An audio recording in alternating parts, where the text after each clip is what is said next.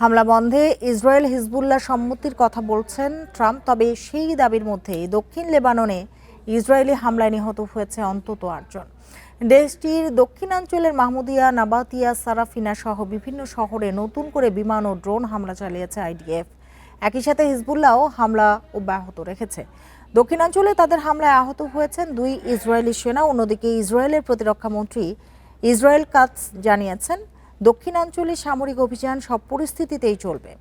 এমনকি সীমান্ত পরিস্থিতি অনুযায়ী হামলা আরও বাড়ানো হতে পারে বলেও ইঙ্গিত দিয়েছেন তিনি। এসব হামলা এমন সময় হচ্ছে যখন মার্কিন প্রেসিডেন্ট ডোনাল্ড ট্রাম্প দাবি করেছেন ইসরায়েলের প্রধানমন্ত্রী বেনিয়ামিন নেতানিয়াহু এবং হিজবুল্লাহ কর্মকর্তারা হামলা বন্ধে সম্মত হয়েছে। এদিকে পরিস্থিতি নিয়ন্ত্রণে আনতে ওয়াশিংটনে ইসরায়েল ও লেবাননের মধ্যে 4র্থ দফার সরাসরি আলোচনা শুরু হয়েছে।